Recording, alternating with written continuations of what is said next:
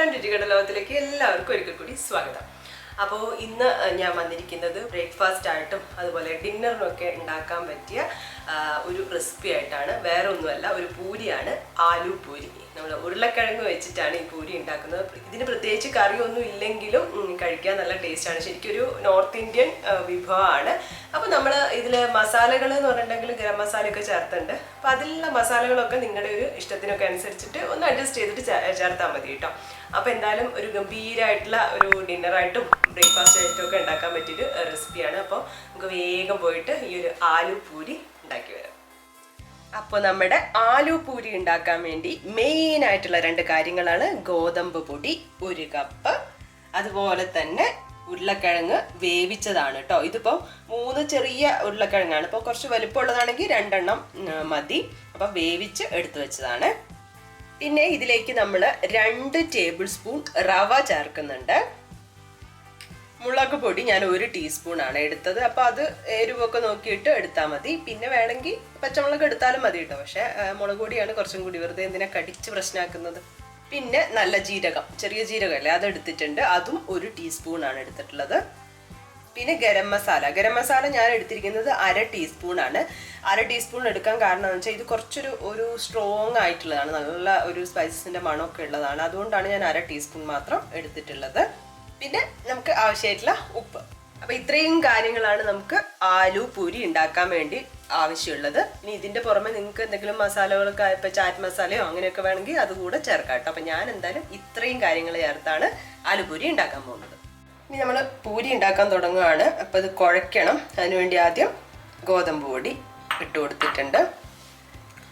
പിന്നെ അടുത്ത പരിപാടി എന്ന് പറയുമ്പോൾ നമ്മൾ വേവിച്ച് വെച്ച ഉരുളക്കിഴങ്ങ് ഇതിലേക്ക് ചേർക്കുകയാണ്. അപ്പം ഞാൻ എന്താ ചെയ്യാൻ പോകുന്നതെന്ന് വെച്ചാൽ ഒരു ഗ്രേറ്റർ എടുത്തു, എന്നിട്ട് ജസ്റ്റ് ഗ്രേറ്റ് ചെയ്ത് കൊടുക്കുകയാണ്. ഇതെന്താ ഇങ്ങനെ ചെയ്യുന്നതെന്ന് വെച്ചാൽ നമ്മളിപ്പോൾ ഉടച്ച് ചേർക്കുകയാണെങ്കിൽ ചിലപ്പം ഉള്ളിലൊക്കെ കുറച്ചൊരു വേവ് കുറവുള്ളതൊക്കെ അതേപടിയായിട്ട് കുറച്ച് കട്ടിയായിട്ട് നിൽക്കാൻ ചാൻസ് ഉണ്ട്. ഇതാവുമ്പോൾ നല്ല തരിതരിയായിട്ട് കിട്ടും. അതുകൊണ്ടാണ് ഇങ്ങനെ ചേർക്കുന്നത്.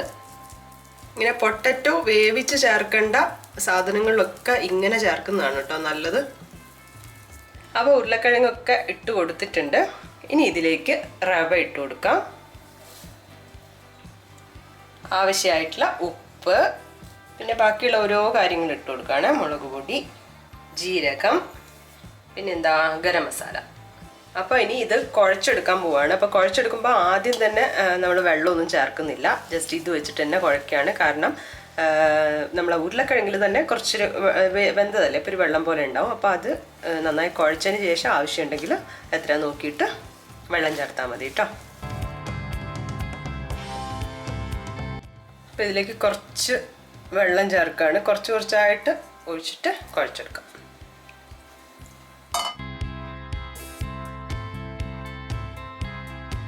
അപ്പോൾ ഇതാ കുഴച്ച് എടുത്തിട്ടുണ്ട് കേട്ടോ. നമ്മൾ കുറച്ച് വെള്ളമേ ചേർത്തിട്ടുള്ളൂ, ബാക്കി ആ പൊട്ടറ്റോയിലുള്ള വെള്ളം തന്നെയാണ്.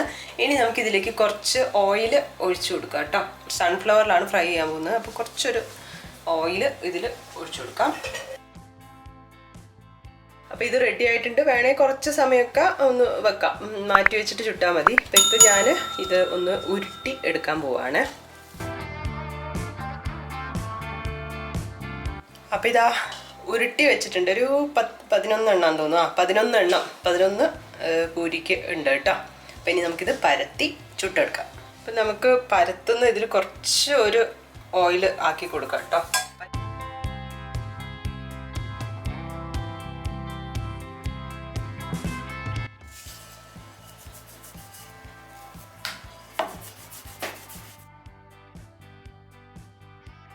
ഇത് റെഡി ആയിട്ടുണ്ട്. ഇതുപോലെ നമുക്ക് ബാക്കിയൊക്കെ ഇങ്ങനെ പരത്തിയെടുക്കണം.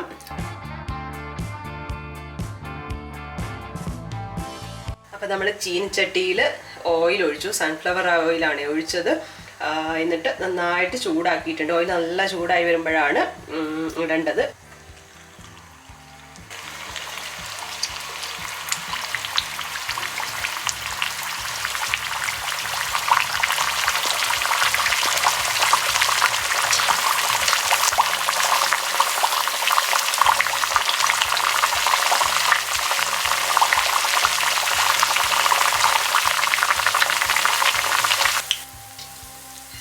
നമുക്കിത് മറിച്ചിട്ട് കൊടുക്കാം.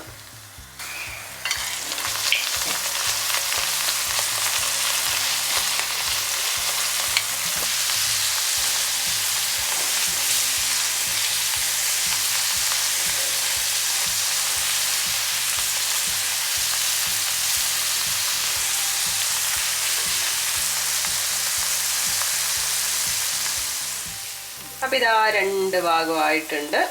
അപ്പോൾ നമുക്ക് കോരി മാറ്റാം. ഇതാ സൂപ്പറായിട്ട് പൊങ്ങി ഇങ്ങനെ വന്നിട്ടുണ്ട് കേട്ടോ.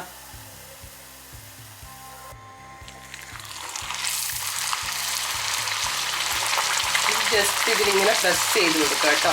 നേരത്തെ നമ്മൾ ചുട്ടത് കുറച്ച് സോഫ്റ്റ് ആയിട്ടാണ്, അത് ഇങ്ങനെ പൊങ്ങി വന്നത് പെട്ടെന്ന് താണു പോകും, കാരണം നമ്മൾ അധികം നേരം ഇത് എണ്ണയിൽ ഇട്ടിട്ടില്ല.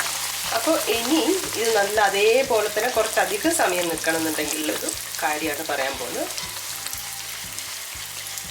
ഇതിപ്പോൾ തന്നെ ശരിക്കും നന്നായിട്ടായിട്ടുണ്ട്, കുക്കായിട്ടുണ്ട് കേട്ടോ. അപ്പോൾ നമ്മൾ ഇനി എന്താ ചെയ്യാൻ പോകുന്നതെന്ന് വെച്ചാൽ തിരിച്ചിട്ട് കൊടുത്തിട്ട് കുറച്ച് കൂടുതൽ സമയം ഇതിങ്ങനെ ഓയിലിട്ട് ഫ്രൈ ചെയ്യണം. ഫ്രൈ ചെയ്യുന്ന പറഞ്ഞാൽ കരിഞ്ഞൊന്നും പോകരുത്, അത് നോക്കണം. പക്ഷേ ലോ ഫ്ലെയിമിലിട്ട് കുറച്ചുകൂടെ നമ്മൾ നേരത്തെ ചെയ്തതിനേക്കാളും കുറച്ചുകൂടെ സമയം വെച്ച് കഴിഞ്ഞിട്ടുണ്ടെങ്കിൽ ഇതുപോലെ തന്നെ നമുക്ക് കിട്ടും കേട്ടോ.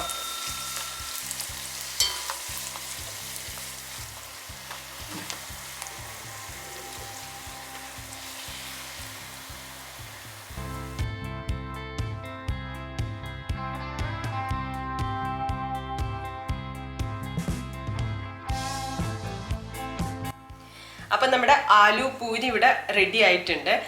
ഇതൊരു 11 എണ്ണം ആണ് നമ്മൾ ഉണ്ടാക്കി, ആ ഒരു വലുപ്പത്തിലുള്ള 11 എണ്ണം ഉണ്ടാക്കി. എളുപ്പമാണ് ഉണ്ടാക്കാൻ, എങ്ങനെയാണ് ഉണ്ടാക്കുന്നതെന്നൊക്കെ കണ്ടല്ലോ. പിന്നെ നമ്മൾ അവസാനം പറയുകയും ചെയ്തു ഇങ്ങനെ എന്താ ഇതുപോലെ. ഇതിപ്പോൾ കുറച്ച് സമയമായി നമ്മൾ ഫോട്ടോസൊക്കെ എടുത്തു, എന്നിട്ടും ആ പൊങ്ങി നിൽക്കുന്ന അതേപോലെ തന്നെ ഉണ്ട്. അപ്പം ഞാൻ പറഞ്ഞല്ലോ കുറച്ച് സമയം ആ എണ്ണയിൽ ഇട്ടിട്ട് ഒന്ന് ഫ്രൈ ചെയ്താൽ മതി കേട്ടോ. എണ്ണയിൽ തന്നെ വെച്ചാൽ മതി, ലോ ഫ്ലെയിമിൽ വെക്കണം എന്നേ ഉള്ളൂ. അപ്പോൾ എന്തായാലും നമുക്കിതൊന്ന് എടുത്തിട്ട് ഒന്ന് ടേസ്റ്റ് നോക്കാമല്ലോ എങ്ങനെ ഉണ്ട് എന്നുള്ളത്. അപ്പോൾ ഇതിന് ഞാനിപ്പോൾ കറി എടുത്തിരിക്കുന്നത് വേറെ ഒന്നുമല്ല, തക്കാളി ചട്നി ഉണ്ടായിരുന്നു. അപ്പോൾ അത് കുറച്ച് എടുത്തതാണ്. ഇതിപ്പോൾ ഇങ്ങനെ അല്ലാതെ കഴിക്കാനും നല്ലൊരു ടേസ്റ്റാണ് കേട്ടോ. അപ്പോൾ നമ്മുടെ ചാനലിലുണ്ട് തക്കാളി ചട്നിയുടെ റെസിപ്പി, അപ്പോൾ ഞാൻ ലിങ്ക് കൊടുക്കാം കേട്ടോ, നല്ല അടിപൊളിയാണ്. അപ്പോൾ എന്തായാലും നമുക്ക് കഴിച്ചു നോക്കാം.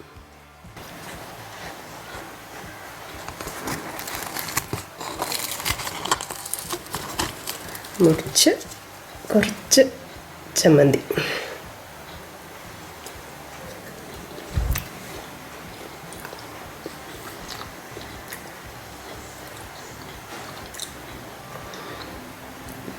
ഇതിൻ്റെ ഇടയിലും ആ ജീരകം ഉണ്ടല്ലോ, അപ്പോൾ ആ ജീരകം കടിക്കുമ്പോൾ നല്ലൊരു ടേസ്റ്റ് ഉണ്ട്. പിന്നെ അതുപോലെ തന്നെ ഗരം മസാലയുടെ ആ ഒരു ടേസ്റ്റൊക്കെ വരുന്നുണ്ട്. ഒരു എന്തൊക്കെയോ ഒരു ഫ്ലേവർ കൊടുക്കുമല്ലോ, ആ ഒരു ഫ്ലേവർ നല്ല രീതിയിൽ അറിയുന്നുണ്ട്. നല്ല രസമുണ്ട് ശരിക്കും. ഇതിൻ്റെ ഒന്നും ആവശ്യമില്ല കേട്ടോ, കറിയുടെ ഒന്നും ആവശ്യമില്ല, അല്ലാതെ തന്നെ നല്ല ടേസ്റ്റാണ്. കറി കൂട്ടുമ്പം അതിൻ്റെ ഒരു ടേസ്റ്റും കൂടി ഇതിൽ വരികയല്ല ചെയ്യും. നമുക്കൊന്ന് തനിയെ ഒന്ന് കഴിച്ചു നോക്കാം, കറിയൊന്നും ഇല്ലാതെ ഒന്ന് കഴിക്കാം.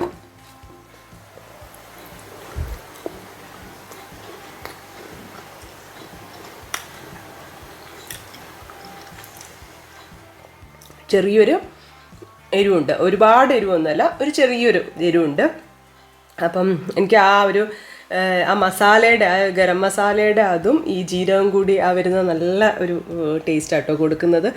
അപ്പോൾ ഇത് ശരിക്കും ഉണ്ടാക്കാൻ ഒരു അധികം പ്രയാസമൊന്നുമില്ല. നമ്മളെ വീട്ടിൽ എപ്പോഴുള്ള കാര്യങ്ങൾ തന്നെയാണ്. ഗോതമ്പ് പൊടിയും അതുപോലെ തന്നെ ഉരുളക്കിഴങ്ങും എന്തായാലും ഉണ്ടാവുമല്ലോ. അപ്പോൾ എല്ലാവരും ഒന്ന് ട്രൈ ചെയ്ത് നോക്കുക. ട്രൈ ചെയ്ത് നോക്കി നിങ്ങൾക്ക് എങ്ങനെ ഇഷ്ടപ്പെട്ടോ എന്നൊക്കെ കമൻസ് ആയിട്ട് അറിയിക്കുക. ഇതുപോലെയുള്ള വ്യത്യസ്തങ്ങളായ റെസിപ്പീസായിട്ട് ഇനിയും കാണാം. പുതിയ വീഡിയോ കാണുന്നവരെ ബൈ.